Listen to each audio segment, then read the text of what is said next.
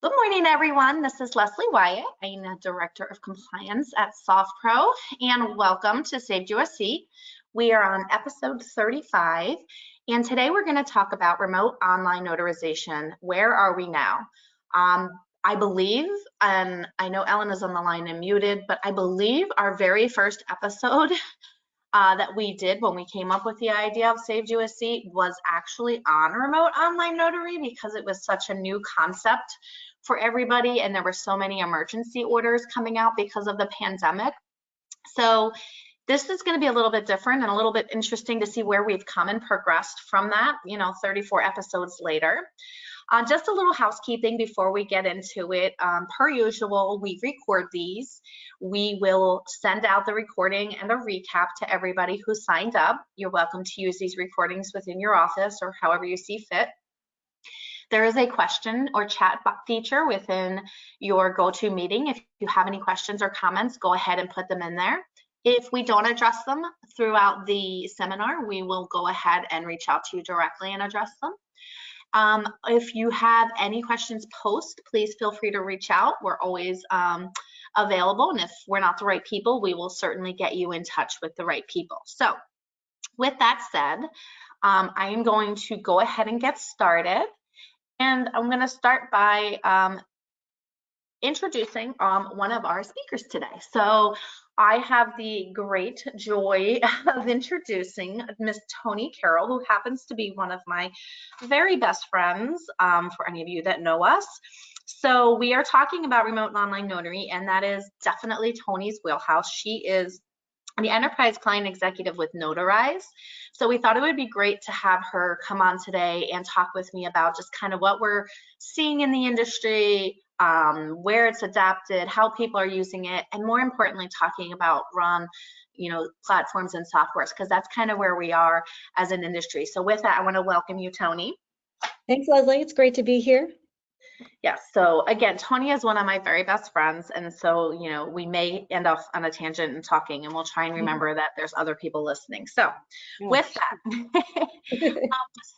just a quick little kind of a review of what we're going to talk about today is just remote online notary. What is it? I know, we're not going to spend much time on that, just the benefits and actually the hurdles. We're going to talk a little bit about that, who's doing it and where it's allowed, how to prepare. We're going to spend a good portion of our time on that because this is not something you can say, oh, great, my state allows me to do a RON. I think I'll do a RON closing tomorrow. So we're going to kind of equip you with the tools that you need to get prepared so that you can actually start doing RON closings if it's available, allowed in your area, and that you have partners that are able to do it as well. So we'll also let you know kind of who should you be talking to. Everyone thinks it's just a lender, but we're gonna break that myth today, right, Toni?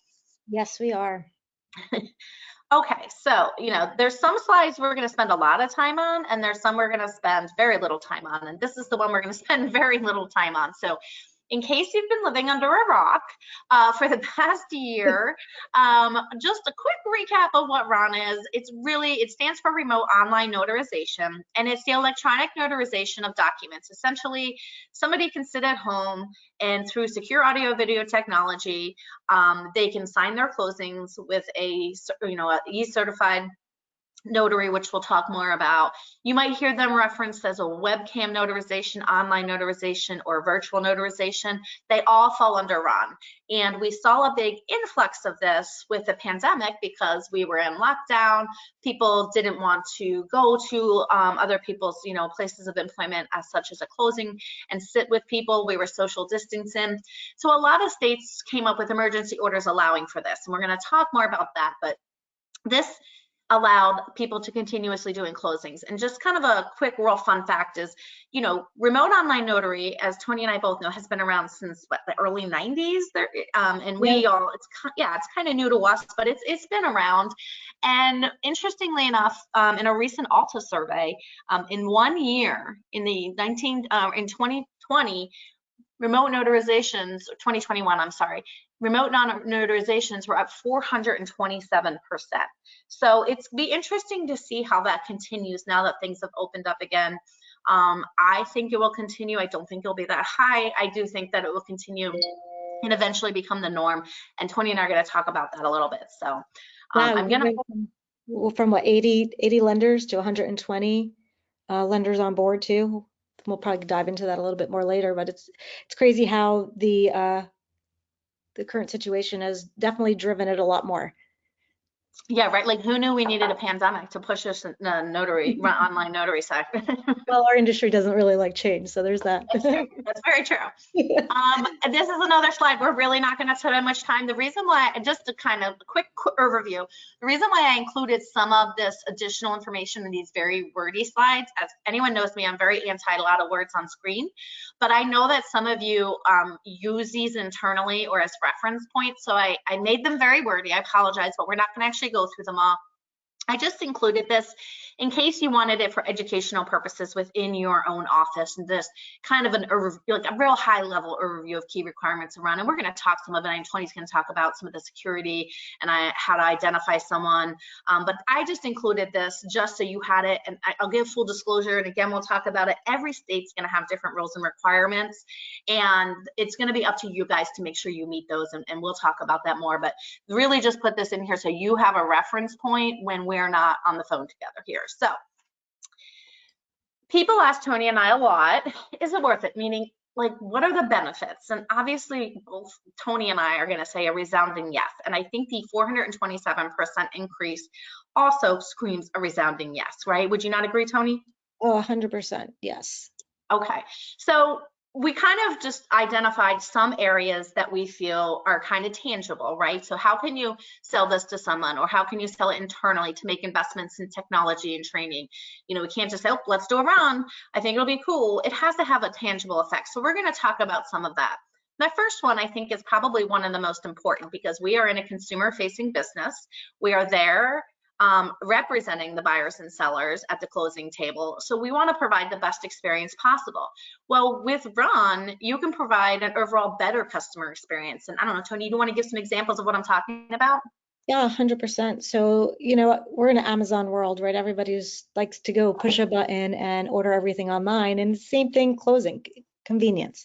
So to be able to sit at home and sign your documents, you know, put your kids to bed at night, relax with a glass of wine and go through and sign your documents at your convenience. So I think the experience overall, not having to sit in traffic and drive to closings, I think everybody's starting to get back to the office and, you know, traffic's building back up. So it's just going to save so much time and provide that customer with that experience. Yeah, I couldn't agree more. And then also, you know, if you do have, say, I mean, you compromise people or elderly people that maybe aren't comfortable going in, it allows them to stay home as well. And also, I mean, who are we kidding? I'm currently in pajama pants, so like full disclosure, right? So people can close Right. in their pajama pants. So to your point, you know, we've gotten used to a different type of lifestyle. And for a consumer to not have to take off work, drive to wherever they need to either go to the closing table or meet a notary and be able to close from the comfort of their own home. You know, I saw a survey and I wish I could remember the source, and if I find it, I'll get it. But essentially what it said was it's a very stressful time for people. So when they're in their comfort environment, say their home, it eases their stress and anxiety about the closing. So that's kind of like a mental experience for the customer as well. Right, and they could sign on vacation or, you know, wherever they may be. They don't have to make sure Absolutely. that they're at a certain time, certain place. Yeah, absolutely. More secure way to work. I know a lot of people might think this is kind of an oxymoron, right? You know, we're talking, all we hear about is fraud and make sure you don't give out this and you don't do this online and you don't do that online. Well, with remote online notarization, there's so many rules and regulations behind it that identifying signers and making sure they are who they say they are and not just using, say, a fake ID is a lot more secure. And Toni, I'm going to ask you to talk about KBA and explain it a little bit because not everyone knows the acronym KBA and just a credit analysis. They're very similar, and just kind of explain how we use that to identify signers in a secure way. Yeah, absolutely. You know, today they come to closing, right? You look at their license and you're, all right, they're there. With the online notarization, we're doing more authentication, really finding out who that person is. And the KBA is knowledge-based authentication. And some of you may have seen this, you know, if you get on a bank's website, they're going to ask questions like, you know, did you live on the street? Did you take out a car loan? So we're really going to validate and vet exactly who you are. And when you're doing that knowledge base authentication. And also with the remote closings, it's being recorded. So you have a complete recording of the transaction that's occurring that somebody can go back and look at. So if there is fraud that is, and happens, you have a video of exactly what went down. So it's very much more authenticated, making sure who you are. The licenses are uploaded and they're also authenticated at that point as well. So a lot more, I think, than what's being done in person. Don't you agree? Oh, absolutely. Yeah. It's, otherwise that's not how you would get your banking. I mean, think about when you create an account or you call into a credit card. Not only do you have to have your account number and state who you are and maybe your full address, you still need to give them additional information, whether it be a birthday or the last 4 digits of your social security or the street that you grew up on or what city you were born in. It's just another layer on top of another layer of identifying and making sure that people are who they say they are, in which case, in this particular case, when you are face-to-face at the closing table, you just show up with an ID. And if you happen to have a fake ID, that's it, right? There's no other way to really identify who you are. Where with a remote online closing, they generally have these KBAs or credit analysis. And, if you ever wonder how they figure out some of these questions, it's because mostly they're pulling them from credit reports and stuff like that, which is why they call it a credit analysis. Another point to this is it allows for, if you're in an area or a lender that allows it, especially for, say, like a military family, it allows for overseas transactions or people who aren't where they are to be able to answer questions to identify that they are indeed who they say they are, and makes it a lot easier for those closings to occur. Really good point. Yeah, so you have help reduce errors. So not that we aren't like the greatest industry and the greatest workers ever, but we also have human errors. And I'm sure all of you have gone through some sort of electronic signing, whether it be through DocuSign or something similar like that, and you think you're finished and you hit submit and an error pops up, right? That's because the technology is there to say, hey, you've missed a signature, or hey, you've missed a checkbox or an initial. Whereas if you're sitting at the table, yes, someone is going through or should be going through and making sure, but it is a lot of paperwork. And it takes time for them to go through and make sure you haven't missed anything, whereas technology will just do that for us. So it does reduce errors, and by reducing errors, you save time and money in the closing process.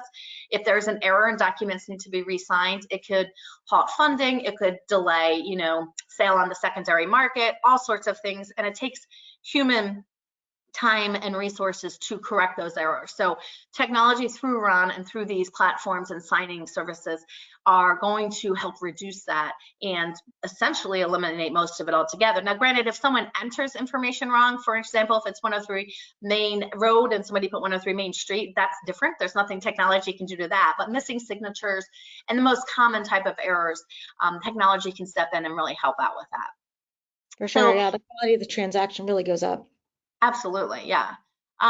I know when I'm looking at those, in first-time home buyers, it might be slightly different. They might be more interested in kind of reading a little bit about what they're signing. But for someone who's bought house after house or been through this before, they really just want to sign it, get their keys, or get their money and move on. So, if I can go into electronically do this and it's just a click, click, click, click, and I don't have to even look to see where I have to sign or initial, that's a much better experience and a much better use of time for me. So.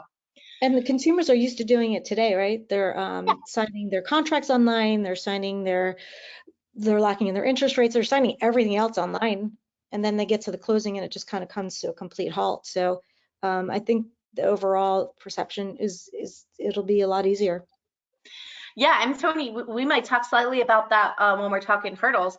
But you bring up a good point, and it's like, so if I'm a consumer and I've dealt with my lender, say even my realtor and everyone else up to this point, and I can sign from the convenience of my own home, and then when it comes to closing and it's my title company, settlement agent, or attorney, and they're like, oh no, you have to come to the office and sign, they're kind of like, everyone else has kind of amped up their customer service and marketing. Not saying the customer wouldn't want to choose to come in, and we're going to talk about that, but I'm just saying, like, you kind of are the one, oh no, you got to do everything from the convenience of your home, and now you have to come in because I'm not able to do a RON. Now, in states where it's not allowed, that's one thing, but if it's just you not adapting, that's another. And, Right. Lenders and your partners are going to kind of realize that pretty quickly too, so. Sure. Reduction of operating costs, I'm going to have you talk about, Toni, because it's not just our opinion. We have actual fact here. So I'm going to let Toni talk about the next couple of slides because this is her kind of area of expertise. So let me just move on here for you. Thank you. Thank you.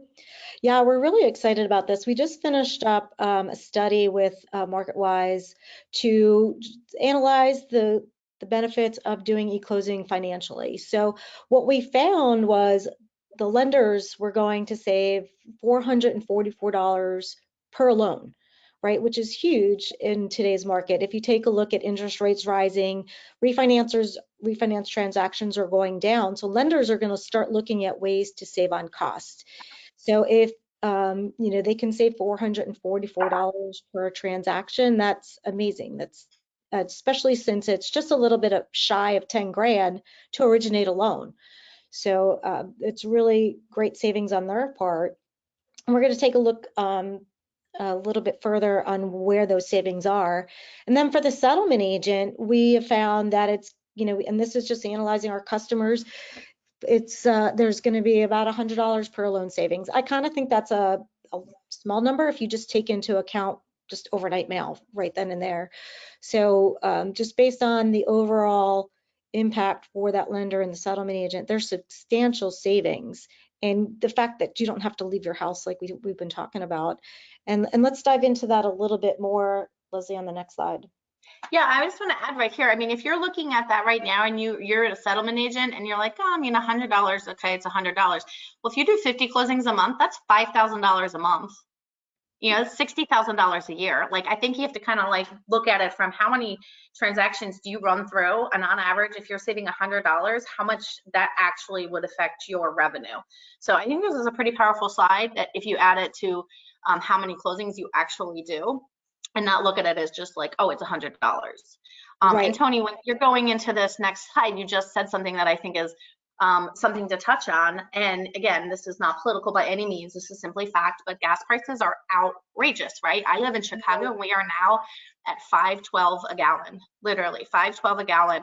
I don't want to drive anywhere. Like if I can close from home, and I don't want to drive anywhere if I'm a mobile notary or if I'm a title company employee, like if we can all be from home or from one location, that's also a savings that really we haven't ever thought about before. Oh, 100%. In the big picture, I like that 60 grand. That's a good way to look at it. If you look at that whole big picture. But yes, yeah, who wants to drive and spend those crazy gas prices right now? So it's when you look at that and add that in and just environmentally sitting in traffic, I think those are all really good points. But if we dive down a little bit deeper into where that savings is, and if we take a look at, the impact for the title and settlement company, the total time for closing. So the lender communication is going to go down.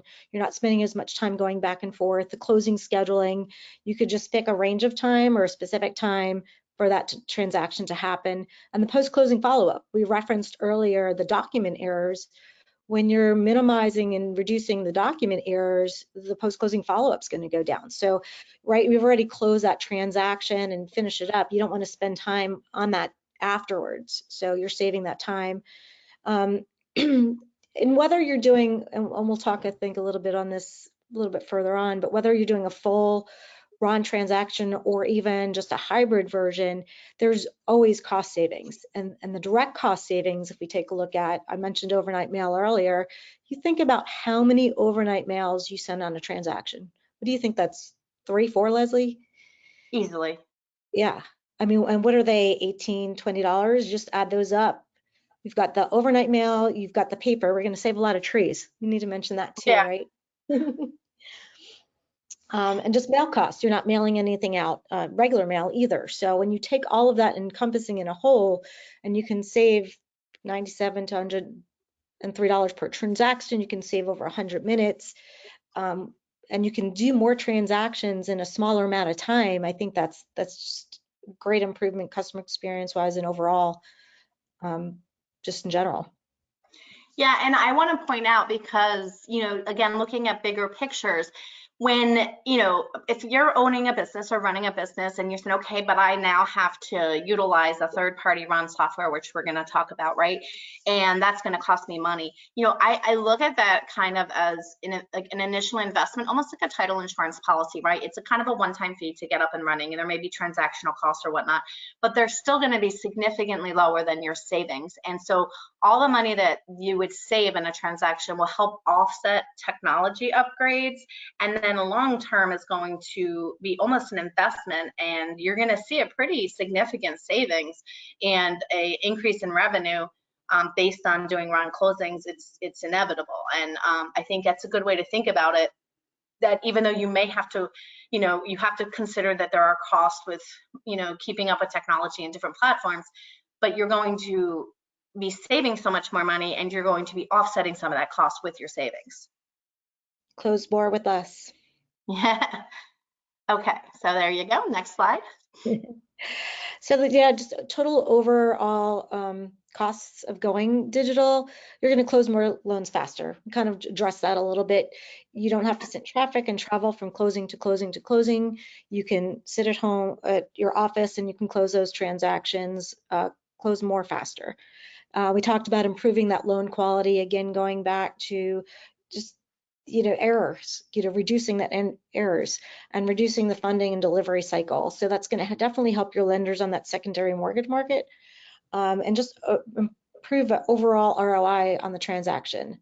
I think that's super important to us as we're taking a look at overall impact with refinance transactions going down. Of course, the purchase market's still driving strong, but your overall cost savings will improve just by going digital. Yeah, and we're gonna go through some specific questions to talk to your lender about, but this information can be used in talking to them and marketing yourself as a RON closing option. Showing the lender what they can save in the process is equally important as what you're saving in the process, not just in time and quality, which is fantastic, but just coming down to a monetary type thing. Lender may not realize, especially a small, like a mid-size or community lender, that's a great marketing tool for you guys to be armed with, to go talk to them and say, hey, listen, let's get on this together so we can continue doing business, but even better. Let's offer this RON option, if it's available in your state, obviously, and here's why. There's all the stuff that we talk to as far as a consumer experience and more secure and all that type of stuff, but at the end of the day, it also comes down to dollars, right? So if we invest and get set up properly, here's what we can look at in our return and ROI. And I think that is an underutilized tool in talking to your partners, specifically your lenders, in this. 100%. It's great point, bringing that conversation back to that lender and partnering with them to bring the solution. And I think as more and more people start to do more digital closings, they'll create that FOMO effect. Well, I see you're doing it, so we need to do it on our side as well.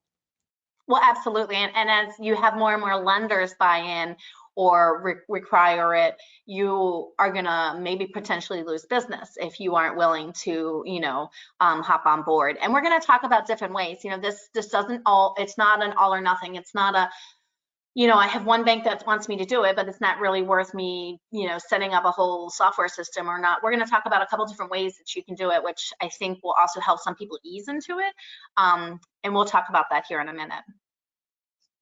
So, we don't want to pretend everything is rainbows and unicorns and lollipops, even though that is the world I like to live in, and Toni specifically.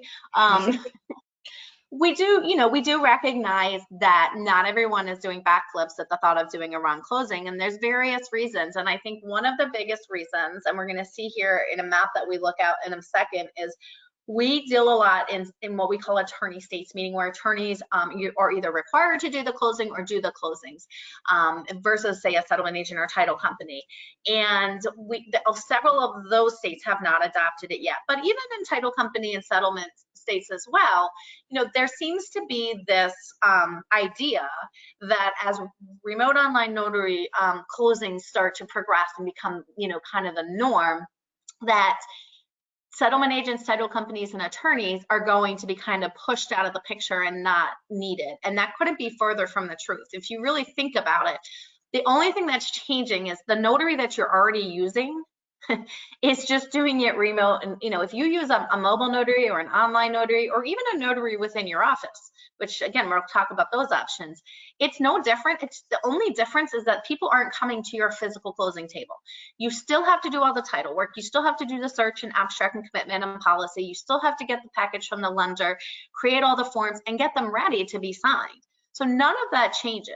No one's losing a seat at the closing table. The only thing that's changing is everyone's not sitting around the closing table, right? So, I mean, it's kind of a myth, and I don't blame them for thinking about it or worrying about it.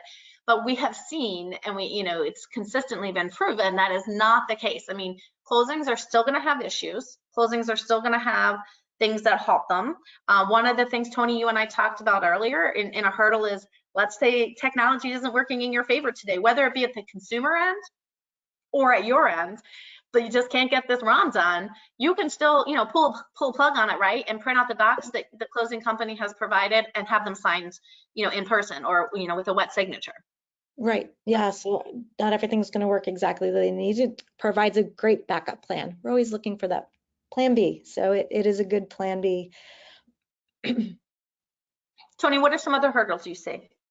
So some other things, the lender may not be ready, is what I hear a lot. The lender's not ready to do this. So we talked earlier, bring the solution to the lender to get into that world. And one of the things the title companies can start with, just small steps. You can do seller documents, so seller sides, if you're doing the paperwork for there.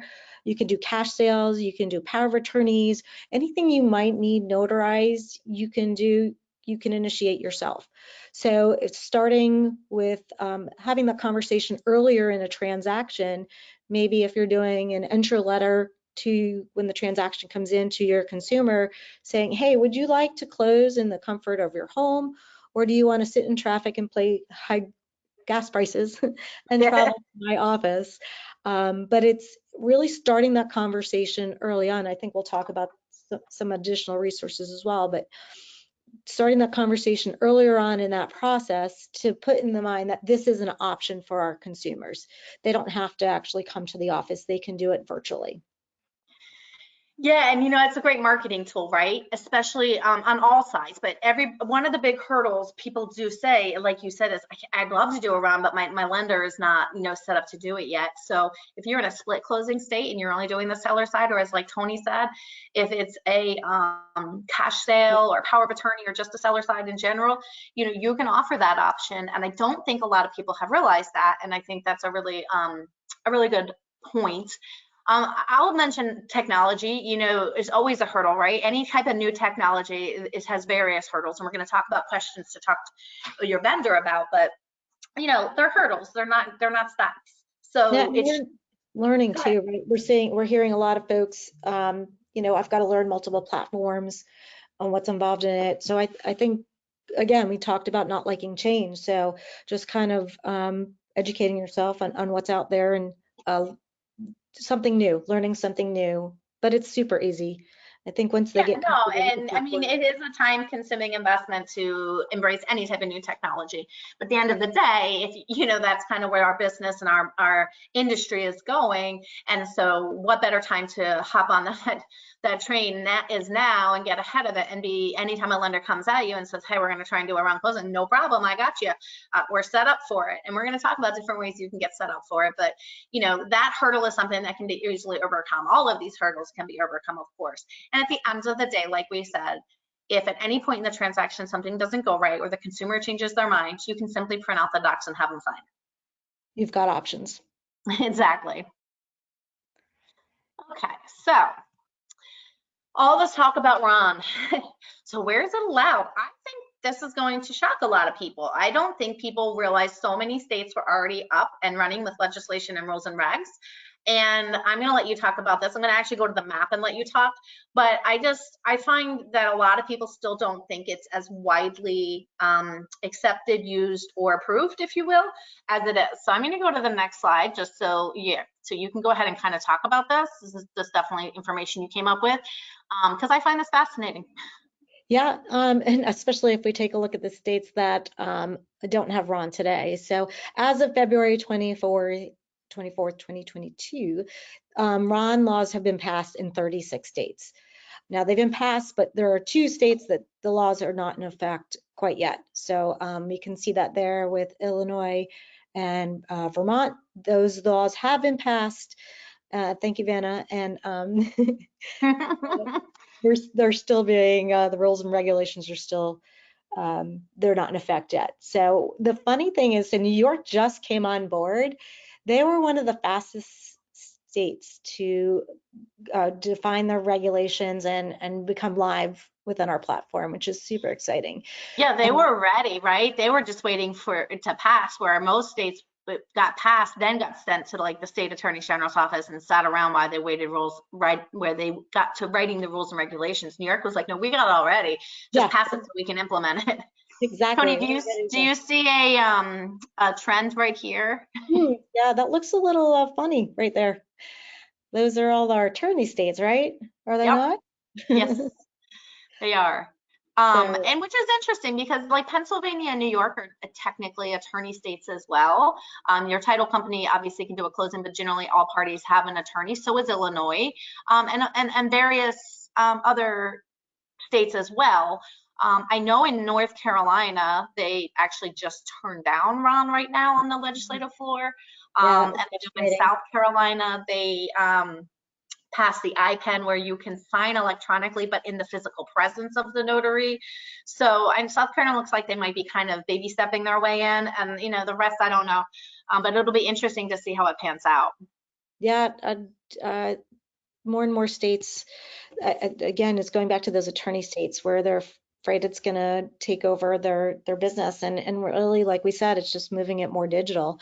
Now, and technically, if you take a look at, Ron is really accepted in all 50 states with interstate Yes. recognition. You just would have to use maybe a Florida, Nevada, Texas, or Virginia notary, but it is still available in all states.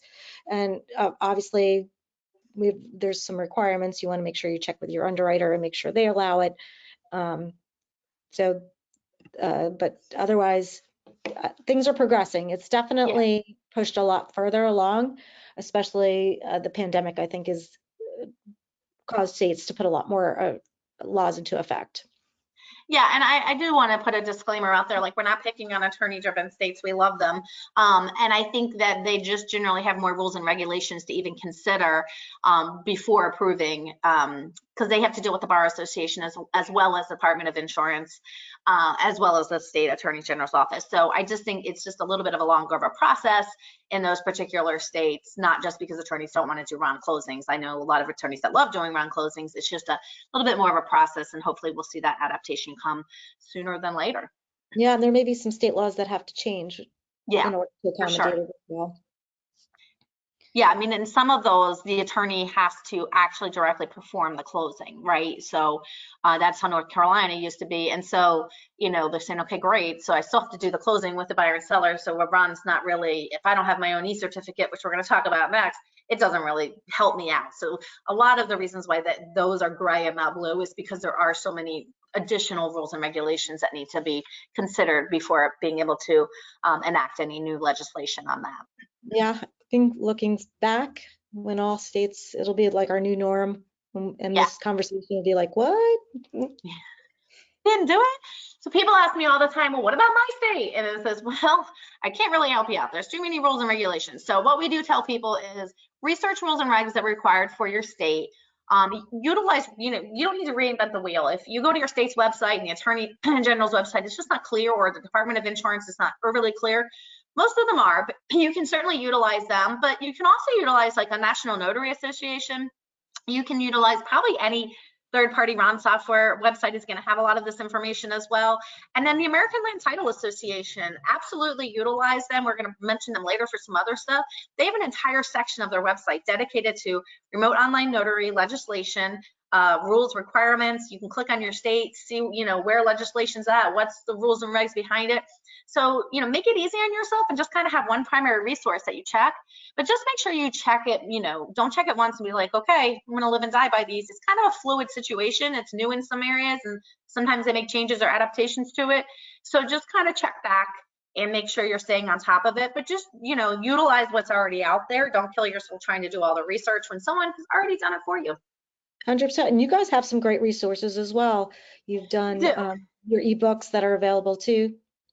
Yeah, we did I believe a 2-series ebook on Ron last year, and we're actually, I think, getting ready to do another one, which is kind of why we're doing this now, so that you guys can have access to it, the upcoming ebook soon, and it'll be all about Ron and have a little bit more information and more state-specific information as well, but definitely utilize vendors and your national sites as well. All right, so this is where it kind of differs from last year, right? Like people ask, okay, like that's great, we're on board. Our lenders want us to do it, our consumers want us to do it, we want to do it. You know, how should I prepare? So, you know, essentially it's talk, talk, talk, talk, talk. So in order to prepare for Ron, you need to talk to various people, not just your lender. Everyone says lender, lender, lender. And we're going to go through the different parties you need to talk to. But just kind of an overview is you need to talk to different vendors, which we're going to get into, lenders, underwriters, a kind of a very under-mentioned piece of the puzzle right there, and consumers. Just because you're set up and everybody wants to do it, if that consumer is like not on board for a Ron or doesn't have the technology, you have to kind of pivot, and we'll talk about that. So you have to really kind of identify who your partners are and talk, you know, I would add realtors to this more as an FYI, but they're not someone you need to have a conversation with in order to do a Ron, but I would just say, hey, we offer them and we're set up and this, that, and the other. But these are your key players and partners that you need to talk to before moving forward. So I'm going to give my disclosure again. I absolutely hate bullet points with a million different words on it, and we're not going to read these all.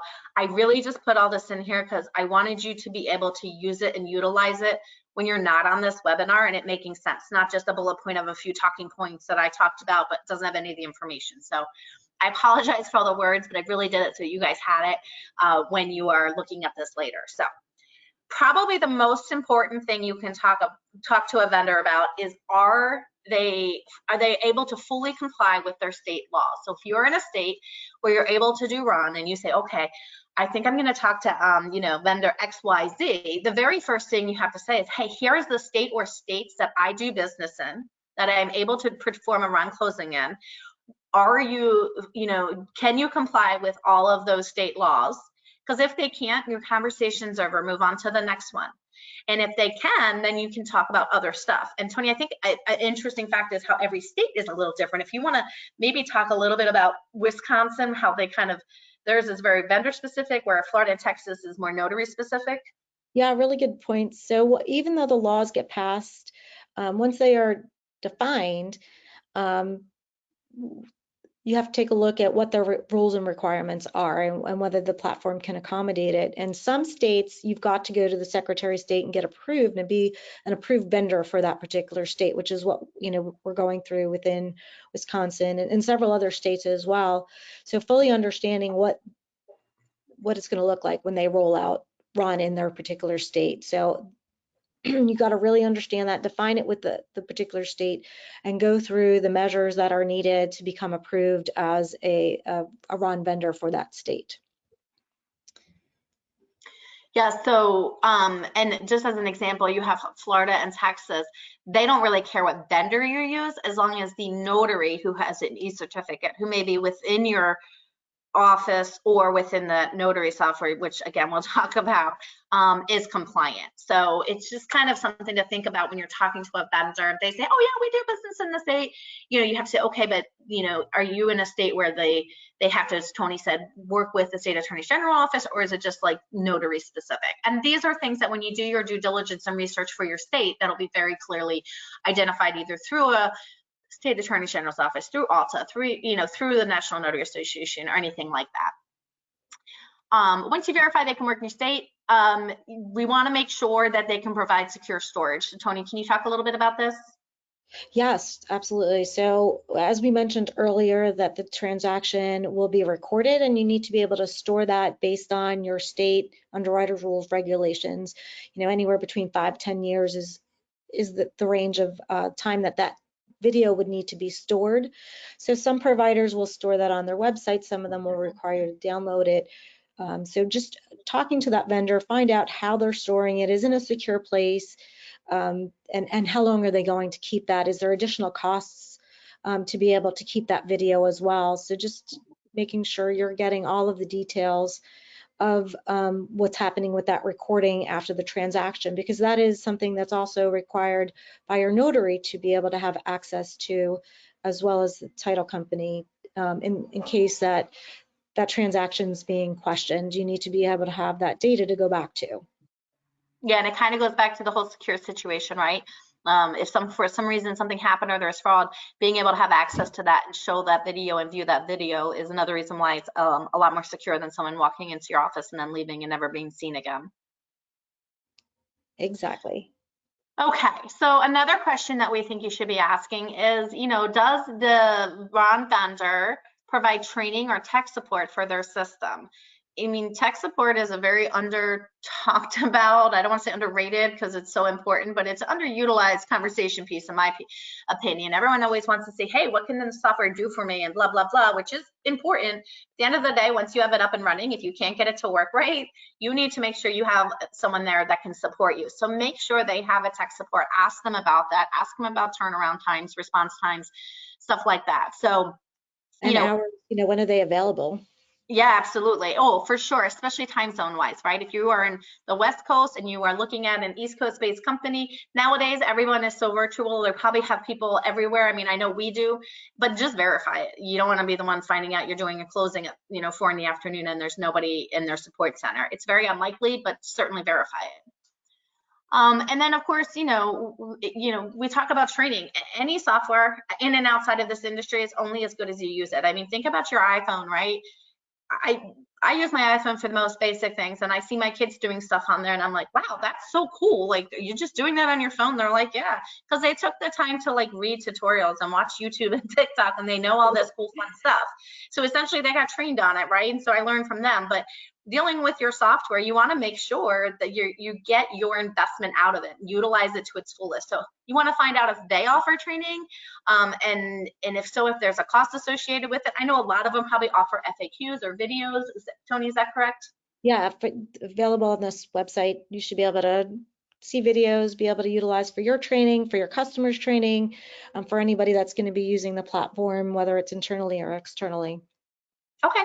Yeah, and then, anything above and beyond basic training, there might be a cost associated, or if you wanted someone to come on site, there might be, and that's okay. They talk about the different options. They probably have different packages or options that you can have. At the end of the day, their goal is the same as your goal, a seamless, efficient RON closing, right? That's how they're going to stay in business. That's how you're going to stay in business. So go ahead and talk to them about all the different options. And then lastly, we have in here is there a monthly or yearly fee associated? I'm not talking about your transactional fees. I'm talking about your like technical support fees. Most software companies, it's kind of separate, right? So sometimes there is none. It's kind of incorporated into the cost of the software or transactional fees. Sometimes there is, you can buy an annual maintenance package. Sometimes there is, per call. There's different options and different variations. So just talk to your vendor about it to make sure you don't get any surprises down the road, or when you're, picking your vendors, that you're picking the right option for you. Yeah, 100%. So, is there training? Is there additional cost for platform fees? Is there cost to set up your notaries? You just want to make sure, like Leslie said, that you've got all of the information so there's no surprises down the road. Yeah, and you just brought up, notary fees, and I'm actually going to talk about this right here, and then I'm going to ask you a question that you and I were talking about earlier that I think is so important. Just real high level on this one, to be very clear, if you are a notary currently sitting across the table from someone, that does not mean you can do a RON, you can be a notary in a RON closing. You have to have a digital certificate or electronic seal, and every state has different process or requirements for you to get that. So just because you're a current notary doesn't mean you can automatically do a remote online notary. You have to have that digital certificate and electronic seal, and you have to understand all the requirements of you as a notary doing a RON, one of which we were talking about, the videoing, the storing it, all that type of stuff. So we're not going to go into all the requirements because they vary state to state. But when you are looking for a RON vendor, you should ask if the vendor provides notaries with a digital certificate or ESO, or will you need to purchase your own, meaning I'm going to have to get some notaries internally to get, I'll say certified, if you will, to get a digital certificate or electronic seal. In addition to that, you want to verify with your vendor that you are allowed to use your own notaries if they have their own digital certificate or electronic seal, because some software is going to prefer, say, no, we provide them. Some is going to say, we don't care who you use as long as they meet the requirements. And then in addition to that, there's going to be a few state issues that have to be cleared for some of them. And Toni, I'm going to kind of let you talk about that. Yeah, so you want to make sure that certain vendors will require certain folks to verify the seal. It might not be one particular, it might be one particular provider. It may be a specific provider that needs to verify that seal. So that is definitely something you want to ask them about, whether they're providing that certificate or you're going to have you need to do it yourself. So there's a lot of different regulations that you want to make sure that you have in place, and you have the details in place before you go online and are able to do that remote closing. Sorry. That's okay. We also, one of the things you're able to do is ask them, are they able to utilize you as the remote notary? Can you use your own notaries, or do you want to use our notaries, the on-demand network? So you've got different variations when you're having that conversation too, to find out what their options are. Yeah, and kind of think about it, because I know I've had a conversation with a customer who is like, oh, I don't really, so I have to use their notary. And at the end of the day, if you're using a notary signing service or mobile notary service, you're using outside notaries anyway. You can certainly use internal ones. You just need to go through the process, not only for your state, but with your software, to make sure that you have meet all the regulations and you're compliant. And if they allow it in that particular state for you to use your own notary. But interestingly enough, and Toni, this is what you and I kind of talked about earlier. So let's say you're kind of a smaller organization, which most title companies are, and you don't do a lot of round closings, but you happen, you work with maybe a community bank or a mid-tier bank for most of your closings, and they're just not there or ready to do it yet, which is completely fine. And in comes, say, a large national lender and says, hey, we'd like you to do this closing, and we're going to submit these documents electronically, and we want it signed through a round closing. And you say, okay, well, I'm not really set up for that. With these third-party softwares, you have, and Toni just mentioned it, you have what's called these on-demand notaries. And what basically, it's no different than you reaching out to a mobile notary who doesn't technically work for you. They work for a mobile notary service or themselves, and they go out, get all the docs signed, bring them back. You're essentially doing that electronically, meaning if you're not in a position where you're going to utilize a third-party remote online notary closing software platform, fairly regularly, then you still have an option to do a RON closing through an on-demand preferred notary from your third-party software, which will basically do the closing as if they were a remote, like a mobile notary, right, Toni? Right, like bring your own, to identify it as bring your own transaction. So you take that transaction to the platform and do that notary signing right there on the platform.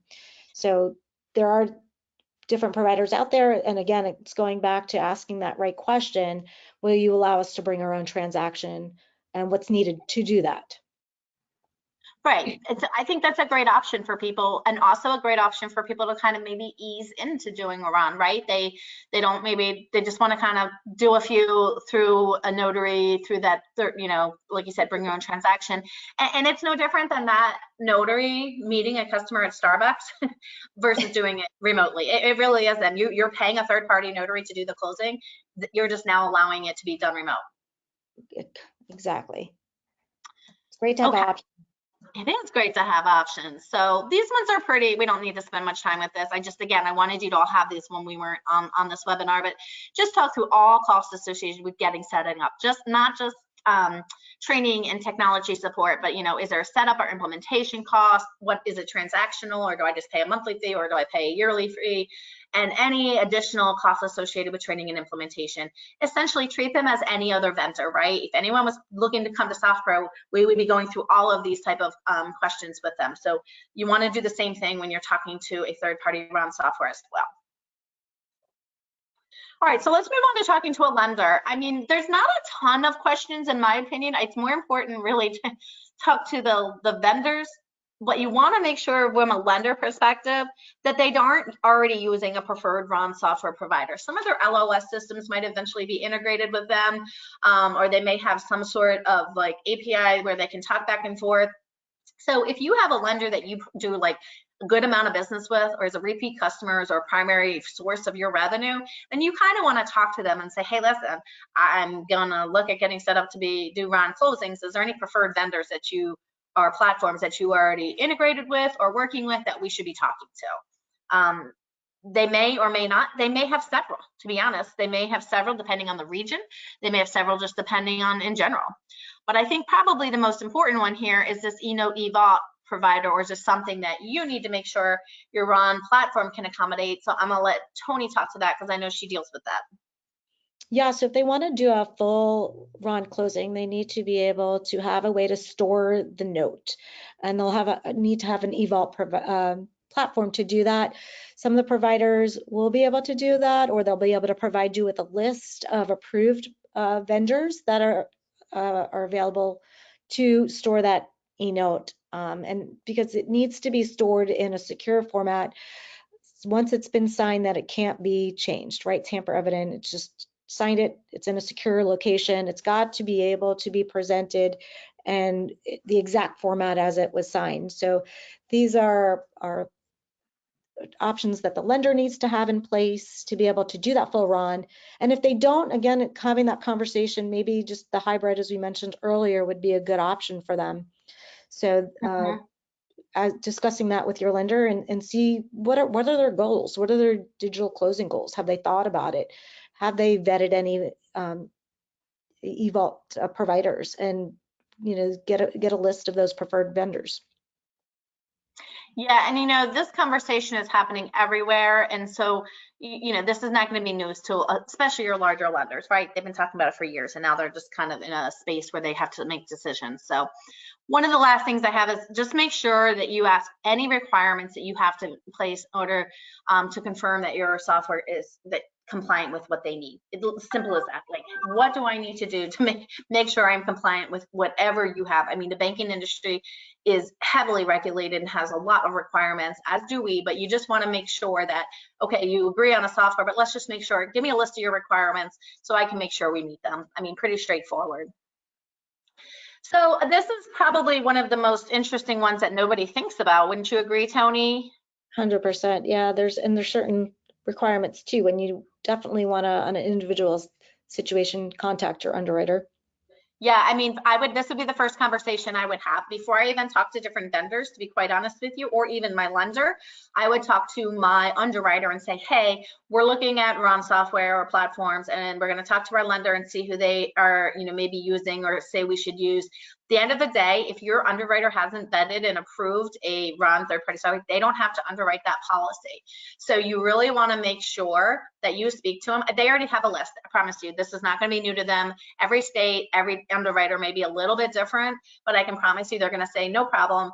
Here is my list of vetted software companies you can look at, and here's any additional requirements that we might have above and beyond the state. And it could be something as simple as, if you're doing a RON closing, you have to have a certain requirement or exception added in or something like that. But have that conversation with your underwriter. I promise you they've had it 100 million times already in the past year, and they're ready for you. But don't run out and get any type of software without talking to your underwriter first. 100%, yeah, and there may be some different requirements that are needed based up and above what the state's requiring. So absolutely. And there may be something specific on a transaction, especially if somebody's overseas. We've seen that question come up a lot. Yeah, I mean, your underwriter is going to be a great resource as you get up and running with RON and you're doing them and you have any type of tricky closings. You can always reach out to your, agency rep or your state counsel, and they can help you with those as well. Let's not forget the consumer. They are a partner in this as well. I mean, Toni talked earlier and saying, hey, include it maybe in your welcome letter or your first touch point with that consumer. If you recognize this as a transaction that can be utilized for a remote online notary, you can give them that option and kind of plant the seed. So let's say they say yes. That doesn't necessarily mean that they really know what it is or what's expected of them. It just means that I'd like to close from home and not come sit at the table. So you really want to just provide them a quick overview of what a RON is, and this can be done up, along the process. Like Toni said, if you have that in that welcome letter or touch point and they say, yeah, we're very interested, don't wait till closing to kind of give them this information. Say, great, Jill, here's just an FAQ or a short video. Like Toni said, the software vendors has it, also has it. We're going to talk here about Alta in a second, but essentially you are kind of educating them along the way as to what to expect. Here's what RON is. Here's what your requirements are going to be. You know, you have to have a strong internet connection, a web browser and device that's supported by your RON software. Not all of them can use your phone. You need to be able to upload an ID through your phone or another approved device. Well, you know, what email can we use? So this should all documented in kind of a little welcome to the RON world to your consumer. And again, you don't need to reinvent the wheel. Your RON platform or software is going to have it. Alta has this information for you. I think if I go to one of the next slides, it's going to tell you there is a in the RON section of Alta, there's another section of Alta's website called HOP, which is the Home Buyer Outreach Program that Toni and I are actually both on that committee. And one of the things that we're working on right now is educating the consumer on remote online notarization, what it is, what they can expect. And so there's short videos, there's also documentation, and like I said, your software is going to have it as well. So you don't have to reinvent the wheel, but it is your responsibility to educate the consumer along the way. This shouldn't be a surprise to them when they show up at closing to do it and they're like, whoa, I didn't know I needed video, or I didn't know I needed this. So, you know, and also explain what they can expect through this process. Toni talked about KBAs, confirming who they are. Not everyone is going to know how to sign electronically, right? Maybe someone isn't familiar with it because they're an elderly or they're just not real tech savvy. Make sure they've tested their video. I've seen a lot of people start to do kind of dry runs, like, you know, let's schedule 15 minutes and make sure you can do everything that's expected of you. And then we're going to give you an FAQ of how this process is going to go. So lots of things that you can do to prepare the consumer. A lot of stuff that Toni and I have already talked about, but it is your job to make sure they understand what they're agreeing to and that it's not a surprise to them at the closing table. Remember, you're not going to be at the closing table with them. It should never be a surprise what's going to happen at the closing table, but it's a little bit harder to negotiate it or help it out when they are not in front of you. So you want to make sure when the time comes for them to sign electronically that they know what's expected of them and how to go about it. Exactly. One of the last things, Toni, you and I are going to talk about here is preparing internally. I think this is also very, it's just not talked about enough. And this is, I mean, even though you're not switching, you know, your title software or anything like that, it is a new concept, if you will, as how a closing will take place. And it is a new software, right? I mean, yeah. I don't know what your thoughts on this. I threw some things in here and I said, listen, identify a subject matter expert. I think anytime you roll out anything or you have any new compliance or rules or regulations, somebody in your office should be a subject matter expert or the go-to power user. And I'm sure you working for a RON software platform, you agree with that, correct? Oh, 100%. Yeah, the more you're prepared, the better the experience internally. It'll help make the process a lot better for the whole team. Yeah, absolutely. And just because you have a subject matter expert doesn't mean that they should be the one to have to do everything. You should take the time to educate your team members, you know, gather up all the requirements for your state or states that you do business in, you know, kind of have a, you know, we do FAQs for every rule or compliance thing that comes through our company. So everyone has that as a go-to. We post it on our intranet. We do trainings and your SME can kind of head that, or a power user, if you will. But, you know, educate all team members. And then again, there's so many good resources, the National Notary Association and Alta, like I said. And then also, I just said, also check out HOP, which is the Home Buyer Outreach Program, which is within the Alta's website. And that material is all generally consumer facing and free. If you're, you know, if you're an Alta member, which most of your companies are, even if you're not individually, those are all free and you can modify them too. You can edit them, you can add your logo, so you can change them. So there are some in there for your lender partners that you can use for marketing, for your real estate partners, but it's mostly consumer facing. And again, you can access them all for free if you're a member of Alta, and you can also modify and edit them, which is fantastic because it looks like you did all the work and someone else did it for you. You've got a marketing department in your pocket. Exactly. And then this last one I put on here, I don't know that this is going to be a huge issue in the beginning, but maybe once everything's really ramped up and more lenders are on, just prepare for the possibility of using different platforms. If we've learned anything in our industry, we know that it's it's always changing in our industry. So getting prepared for Ron and saying, okay, I got my platform, I'm ready to go. And then all of a sudden your lender says, perfect, but we're going to use this platform. Okay. Now maybe it isn't as a cost to you. It may be something where you get access to theirs, but you still have to learn it and know it. So I just want to make sure everyone is fully prepared that you may have to utilize different platforms as this progresses. And, I don't know, Toni, what your thoughts on that are. Yeah, that is an option, right? So each of the lenders may choose different platform, and you want to just be ready and prepared for it. You don't want to be caught off guard. Just having that conversation we talked about earlier with the lender to see what they're anticipating going forward, and maybe partner with your provider today to have that conversation and bring a solution to them, so that it's that's a great piece of advice. If your lender's not really up and running but wants to be, and you're having those conversations, I can promise you, and I can promise you this with Toni on the phone, if you reach out to your Ron software, your whatever platform you're utilizing, they will happily join forces and work with you and your lender to get everybody on the same page. 100%. So okay, a lot of information in an hour, and I hope everybody enjoyed it. I think we did have, we answered a couple of the questions, but let me pop this out real quick. I think we had one, and it's a good question. I don't know if I know the answer to this, but Toni, you may, and if not, we can certainly find out. Sure. But somebody asked about in states that require 2 witnesses for a POA, would this still be able to be accomplished through an online notary? Sure, yeah, I think that goes back to just asking your provider to make sure that they do have the option to add additional witnesses. So okay. Yeah, great question though. Yeah, my initial reaction was yes, but you have to make sure it's set up for that, right? So I just wanted to get your thoughts on that. Most of the questions that we have had so far is really a few people had to jump off who just said that they enjoyed the information and they really wanted to get a copy of the presentation, which, just so everybody knows, you'll get a link in the next couple of days with a recap, and you'll have access to it. We did just get another question that came in. It says, I'm a certified online notary in the state of Texas. Can I be located in another state and use the Notarize platform for a Texas notarization? I'm sorry, ask that question one more time. She says she is certified. She's certified online notary, so she's got her e-certificate in the state of Texas.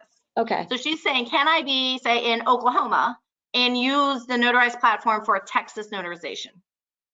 So yeah, it depends on those rules and regulations. I'll have to define. I'll get the correct answer for that, and I can get back to her to make sure that yes, that is available. Yeah, and I'm gonna go out and say I think you can from Texas, Texas and Florida. Texas, Florida, yeah. Yeah, Texas. so it's gonna vary on the states, but that's a really good question. Yes.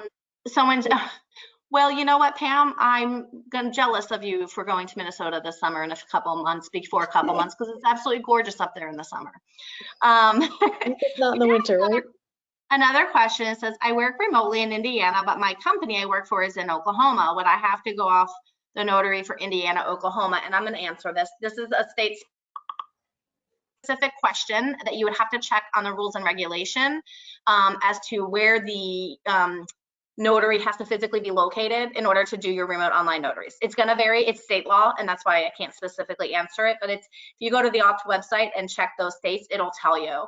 And if it doesn't, you can always go to your state attorney general's website and submit that question, or they might specifically tell you where the notary needs to actually physically be in order to do a remote online notary.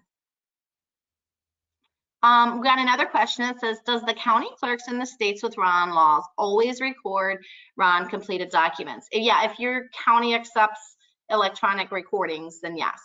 I can't answer always, because it would be a situation where if a state passed a Ron law, they're always going to have a caveat in there that it's only where you can actually record the electronic documents. And while most counties in the states that's passed are going to be set up that way, there's generally some rural county or something that isn't, and maybe working towards that. So as long as your county recording office is set up to receive electronic documents or e-recordings, then yes. Toni, would you agree with that? Yes, 100%. And if it's not, I mean, if you can talk to them about when perhaps maybe that's something that they would be able to Paper out. comment. Yeah. Yeah, if And you can always paper out, yeah, of course, the recorded documents and sign everything else. Okay, so, oh, it looks like we got another one. Online notary need to be physically taking video calls from the state he or she's also to perform the, okay. So that kind of the same question as somebody asking about if they're in Indiana, can they do an Oklahoma closing and the Texas, Minnesota one? And that is sadly not anything we can answer. It's very specific to the state rules and regulations. So some states are going to tell you you have to physically be in that state to do a remote online notary. A state like Virginia and generally Texas and Florida are going to say no, if you're online notary, as long as you meet the state requirements and you have the cross state or interstate, you know, your underwriter's fine with it, then you can do it in multiple states. So it's just going to depend on the state and the rules and regs. And Toni, your thoughts on that? Yeah, exactly. Again, going back to interstate recognition, as long as it's Florida, Nevada, Texas, or Virginia, as long as the state requirements will allow for it, then it should be able to do it with interstate recognition. Yeah, so, and I think we'll start to see more interstate recognition as more and more remote online notarization transactions occur, because that's kind of the point of it, right? So I don't need to physically be there. Who cares if they're in it? As long as that notary e-certificate and notary certificate complies with that state law where the transaction's taking place, then I think we'll see more and more interstate recognition. But it is going to depend on your particular state and what their rules are around where the notary physically has to be. 100%. She said not for Texas. Signer can be anywhere, not the NSA. I don't know what that means. I'm sorry, Lois. Yeah, so okay. Well, if anyone has any further questions, you can certainly reach out and email me. I'm happy to talk to anybody or put them in touch with whomever they need. I hope everyone enjoyed this. I know it's a lot of information, and I hope that everyone's having a great week. And Toni, thank you so much for all of your insight and your time. And Toni is a great resource. If you need, you absolutely reach out to her as well. She's well versed in this and obviously works for a RON platform, so she can answer a lot of questions. Talk to everybody around, talk to your partners, and I hope everyone has a great week, and we appreciate you joining us. Thank you. Let's just drive Ron.